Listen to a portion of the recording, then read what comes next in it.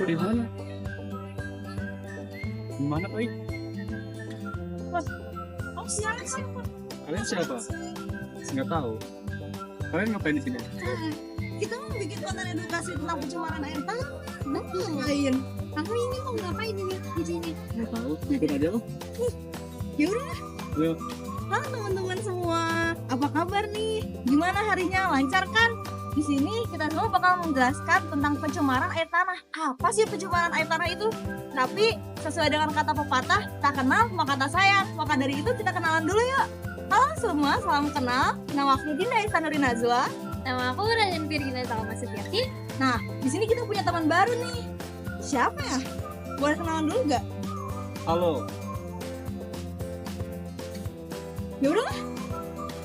Nah, seperti yang udah dijelasin tadi, di sini aku mau menjelaskan tentang pencemaran air tanah.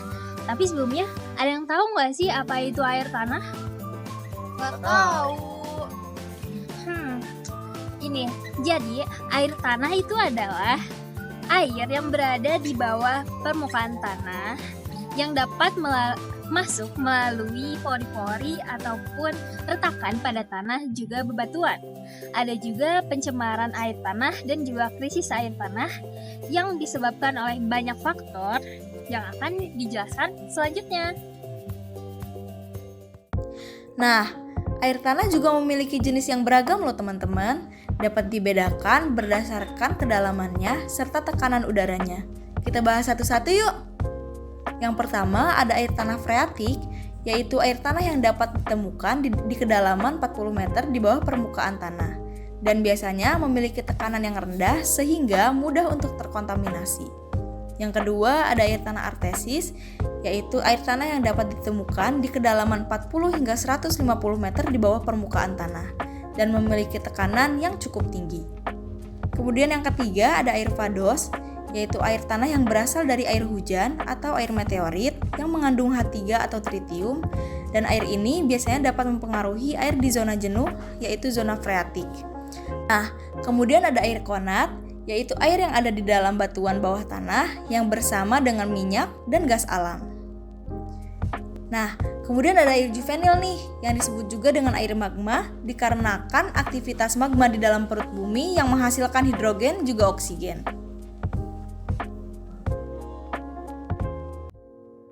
Nah, bagaimana sih pencemaran air tanah itu dapat terjadi? Pencemaran air tanah dapat terjadi ketika zat polutan yang berbahaya masuk ke dalam tanah.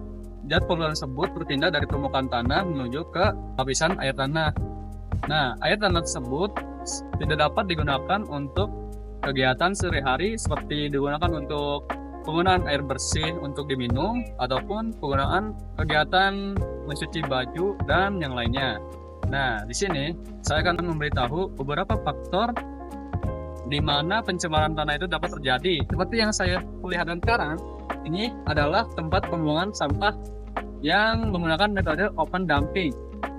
Open dumping itu adalah tempat pembuangan sampah yang sistemnya itu terbuka.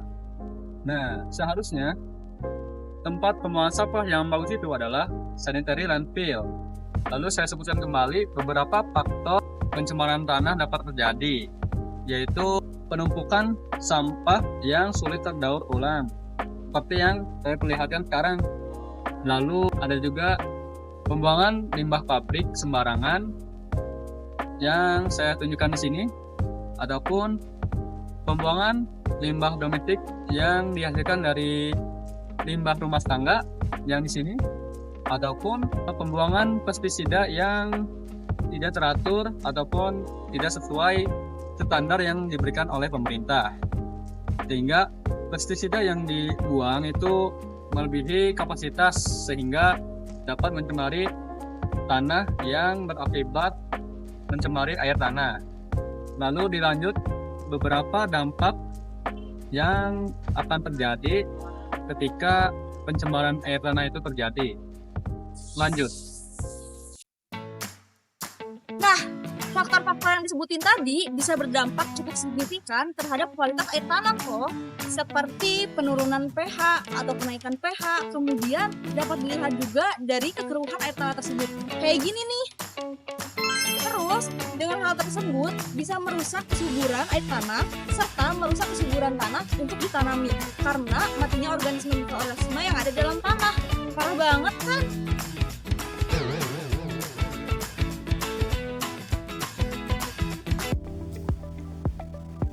Nah, selanjutnya ada mengenai baku mutu air tanah.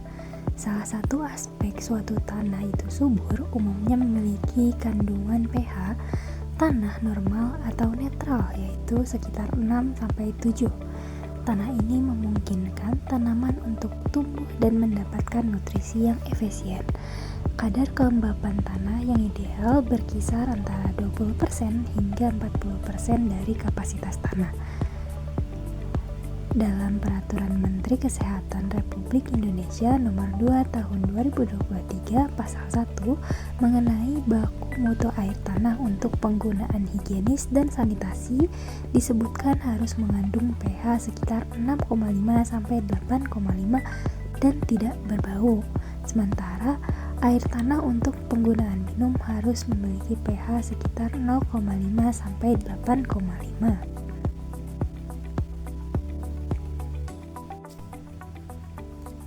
Dengan itu, upaya yang dapat kita lakukan untuk menjaga kebersihan air tanah kita itu salah satunya dengan pengolahan limbah. Pengolahan limbah ini bisa dilakukan dengan berbagai macam. Yang pertama itu pengolahan sampah organik menjadi pupuk kompos, pengolahan sampah anorganik menjadi barang serbaguna atau dikubur setelah dihancurkan berkeping-keping. Kemudian pengolahan limbah berbahaya yang mengandung logam berat dilakukan dengan pemurnian terlebih dahulu, serta pengolahan limbah radioaktif dengan cara disimpan di sumur khusus dalam jangka waktu yang lama sehingga aman, lalu dibuang ke tempat yang jauh dari pemukiman. Dan terakhir, penggunaan pupuk pestisida sesuai dengan takaran, tidak berlebihan sehingga tidak mencemari air tanah. Nah, jadi dari pembahasan yang telah kami sampaikan, dapat kita simpulkan bahwa pencemaran air tanah dapat berdampak pada lingkungan dan kehidupan sehari-hari. Maka dari itu, tujuan kami membuat video ini adalah untuk meningkatkan kesadaran kita sebagai manusia untuk menjaga lingkungan hidup kita. Gitu. Nah, Paham!